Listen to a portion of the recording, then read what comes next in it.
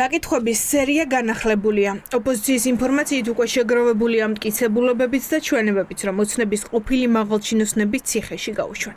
ბორკილების დადება მხოლოდ დროის ამბავია. ინფრასტრუქტურის და ჯანდაცვის ექს-მინისტრები ახლა გამოძიებისთვის ყველაზე საინტერესო ფიგურები არიან. ოპოზიციის ინფორმაციით ქარსელაძე აზარაშვილთან ერთად ინტენსიურად კითხავენ ირაკლი ღარიბაშვილის ნათესავებსაც.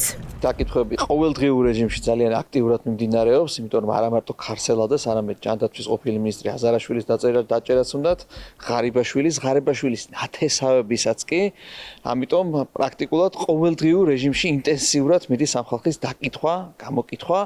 ბიძინა ევანიშვილის მათთვის განაჩენი უკვე გამოტანილი აქვს, ამიტომ ერთადერთი გამოსავალი აქვს ეხლა, რომ 4-მდე თქვან საზოგადოებას უთხრან ყველა იმ დანაშაულებრივი კორუფციული სქემების შესახებ, რომელშიც იყო ჩართული პირადად ბიძინა ივანიშვილი და ქართული ოცნება, ჩვენებებით, მტკიცებულებებით ამ ადამიანებს უკვე გააჩნიათ, თუმცა ყოველდღიურ რეჟიმში მაინც მიდის ინტენსიური დაკითხვა და გამოკითხვა ადამიანების, რომ ეს ერთგვარი ზეწოლა იყოს. ქართული ოცნება კორუფციას ებრძვის თუ ამ ბრძოლის მოტივი ჩურს იძიებს ღარიბაშვილის გარემოცვაზე, რომ უკან დაბრუნების შანსიც კი აღარ ჰქონდეთ.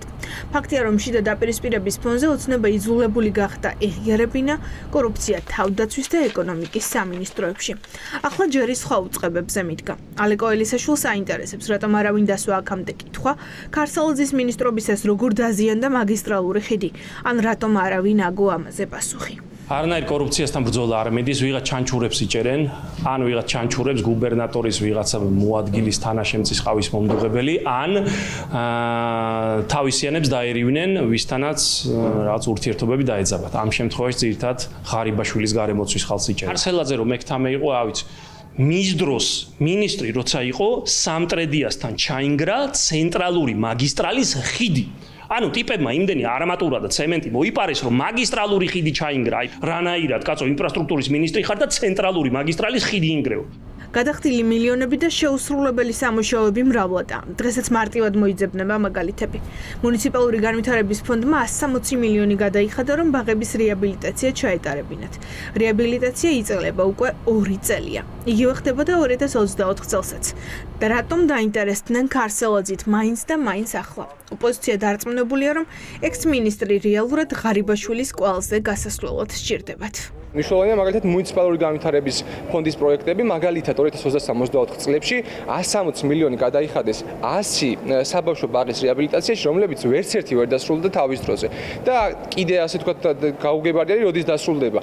ამის მიზეზი საბოლოო ჯამში არის შემდეგი: ერთი, რომ ცუდი მენეჯმენტი და საპროექტო დოკუმენტაციის ცუდად შედგენა და სრული არაპროფესიონალიზმი საჯარო სექტორში და მეორე კორუფცია. ცხადზე უცხადესი არის, რომ ეს თითქოს კორუფციასთან ბრძოლის ეს რაღაც ახალი ტალღა რაც დაიწყეს არის შიდა კლანური გარჩევის გამოვლინება, რა დროსაც ბიძინა ივანიშვილმა დაიწყო იმ ადამიანების დასჯა, რომლებზეც ან რაღაცა ეჭვიანობს, ან აღარ ენდობა, ან რომლებთანაც რაღაცა ტიპის გაუგებრობა დაემართა. ეს არ არის კორუფციის წინააღმდეგ რეალური ბრძოლა. რატომ? იმიტომ რომ თუ უნდათ კორუფციის დამარცხება, რაც ყველგან ფესვგადგმულია, მაშინ ყველა უწყებას უნდა მიადგნენ, იმიტომ რომ მოქმედებები არა, აქ ხდება შერჩევით, ხო, რაღაცა ჯგუფი არის, ეხლა რომელსაც აქვს კარდ ბლანში, ეს ჯგუფი ეხლა ღარიბაშვილის დაჯგუფების მიმართ არის ნეგატიურად განწყობილი და ამიტომ თუ ვინმე უკავშირდება ღარიბაშვილს, მის წინააღმდეგ ილაშქრებენ და ამიტომ პერსონალურად არჩევენ, ვინ შეარჩიონ ამ კორუფციული ბრძოლის, კორუფციის ამდენ ბრძოლის დროშის